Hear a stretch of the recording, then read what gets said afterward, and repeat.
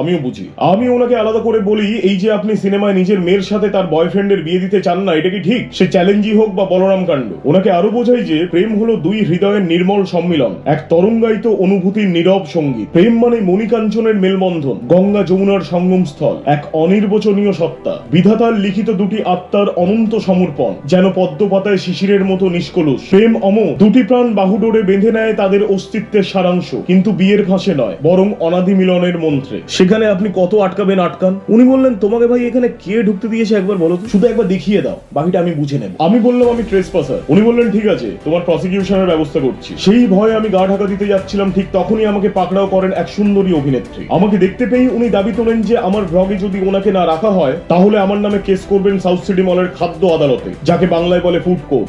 উনি এও বলেন যে তোমার কি মনে হয় আমি তোমার ভিডিওতে এলে ভিউজ হবে না? আমি ওনাকে বলি যে হ্যাঁ, এই যে তুমি রিয়েলাইজ করে সত্যি কথাটা বলতে পারলে, এটাই আমাকে